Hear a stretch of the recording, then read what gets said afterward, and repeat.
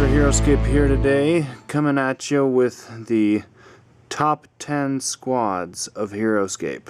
At number 10, we have the Marro Drones. Marro Drones made it in here because of their swarm ability. Marro Drones come at 50 points for a 3-man squad. Their base stats are pretty good for common squads with a move of 6, attack 3, defense 3. They're all around just pretty good statistically.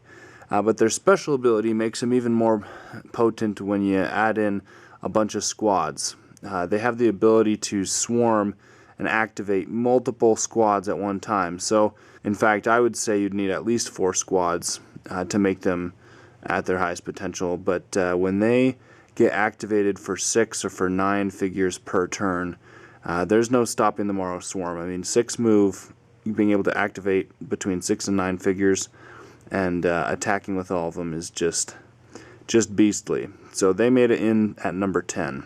Alright, making their way to number 9 are the Death Ravers. Now the Death Ravers are a very strategic unit. Back when I first started Heroscape and didn't really know much about them, I considered them to be a waste of points and a waste of money. But I have since repented, and I love the Death Reavers. Their abilities are just amazing. They are fast at 6 move and are solid with a 4 defense, and for 40 points they're super cheap. You can throw in 3 or 4 squads of them into an army and, you know, not even blink twice, because, you know, 120, 160 points really isn't that much in a 500 point army build. And they create an amazing screen, and that is really their purpose. Their attack is 1, so you don't ever really expect them to kill anything, but other than that, they are an effective screen, and one of the most effective screens in my opinion. Their scatter ability is just amazing. Anytime they receive a normal attack, you get to move 2 of them, and with 4 in the squad, you're having them run around everywhere, hiding behind things because they're so small, and moving fast because of move of 6. So they really make their way in at number 9 because of their immense ability to create an effective screen, lock down the board, hold glyphs, and engage your opponent and keep them engaged. At number 8, we have Zombies of Marindan. And zombies are probably some of my favorite squad figures because of their horde movement. Again, these squads are just scary when you have tons of them. I like to play between 4 and 5 squads of zombies when I do armies, because you really do need 4 or 5 squads to make them a lethal part of your army. Their horde movement allows you to move 6 of them each turn. The key to this special that you have to pay close attention to is that you can move 6 of them, but you can attack with any 3. So what that means is, normally for a squad, any figure that you move is the only one you can attack with. And if a figure doesn't move but you want to attack with him, then he's the only activated one. You can't go moving other ones. So what that's saying is, if you get 3 of these zombies engaged, then you can move and develop 6 more of your zombies in your start zone or somewhere else, but attack with any 3 that you want. So essentially, you're activating 9 zombies as soon as you get zombies engaged. And that is super lethal, because as soon as those zombies that are engaged die, you've got more to take their place.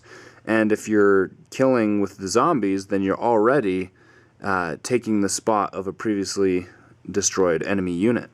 And that's what makes them so awesome, is the fact that armies tend to be squad heavy, and so with zombies coming in and taking out your opponent's figures, you're replacing those dead figures with your zombies and just taking over the board. They are so strong when you can keep rebirthing them. Not only that, they're strong against ranged units because of their hit zone is only their head. You have to be able to see just their head to attack them, and that makes them really hard to see when you're hiding around things. Their defense is fair at 3, and their attack isn't great, and their movement's slow, but when you've got lots of them just horde swarming, they are definitely a force to be reckoned with, not to mention their special attack. At number 7, we have Marro Stingers. It just wouldn't be right if I didn't have Stingers in the top 10 squads. Stingers are super strong squad. Move 5, range 5, attack 3, defense 3, 60 points, so not too expensive. Now the Stinger's range isn't great at 5, but that's because they hit hard. Attack 3, defense 3 again is a solid stats for a ranged unit, and if you're getting them up on elevation, that means you got 4-3, but defense is extra if you're getting attacked from lower. And then their Stinger drain just makes it even crazier. Now you do take a risk. If you roll 1 through 4, you have to destroy one of your figures and you can't attack. And as you've seen in some of my videos, that's been the downfall in some of my games. But aside from that, they just hit hard when that Stinger drain is on. And so if you got a bunch of these squads, your opponent better watch out, because you definitely don't want to underestimate them. Number 6, we have the Warforged Soldiers. And I cannot tell you enough how much I love these guys. These guys have to be one of my favorite squads, even though I don't have them up in a higher spot. They're definitely one of, if not my most favorite squads out there. Their base stats, pretty fair, move 5, attack 3, defense 2, but their specials are what make them so stinking good. Their Warforged Resolve is just amazing. You get an insta-shield against any attack, special or normal. And so a defense of 2 doesn't look too good on the surface, but when you account in an insta-shield, you're doing pretty good. I mean, most squad figures, you're lucky if you get 1 skull out of 3 dice or 2 skulls out of 3 dice. But if you're taking an insta-shield with these guys and you've still got 2 defense dice to roll, not to mention if they're on elevation or next to jungle or they're being buffed by a defensive aura, they just become a headache to deal with. Not even to mention their tactical switch.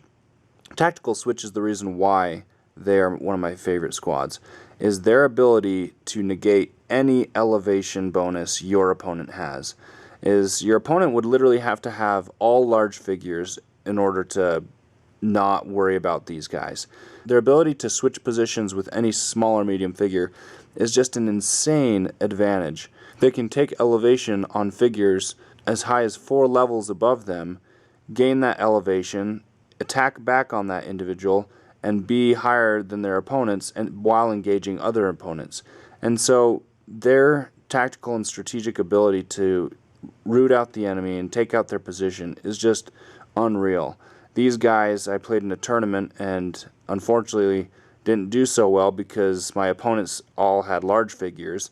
But besides that, when I play tested an army with them, I had 4 squads of these guys, and I went 8-2 in my play tests. I had 8 wins against my friends and 2 losses, and the losses were very, very close games. And so it really proved to me their ability to take position is just unmatched. So they're definitely high up there, number 6 for me. Number 5, Warriors of Astra. Warriors of Astra are an amazing squad for screening, as well as against other strong melee units. Whether they're heroes or squads, they have an ability that allows them to last long and hit back hard. They've got 5 move, 3 attack, 3 defense, which is pretty solid, and their ability allows them to really cause headaches for your opponents. Most figures, especially squad figures, have normal attacks, and because of that, their ability is so valuable.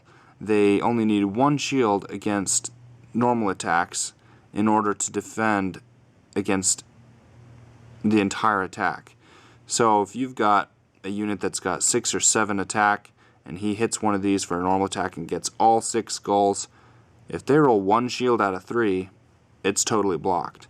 And so that really creates issues for opponents that have squad heavy or normal attack heavy units, because you essentially have to have them blank every single time in order to take one out. So if your opponent has 3 or 4 squads of these girls, then you better watch out, because it's going to take a long time before any of them die. At number 4, we have Knights of Weston. I mean, come on, who doesn't love Knights?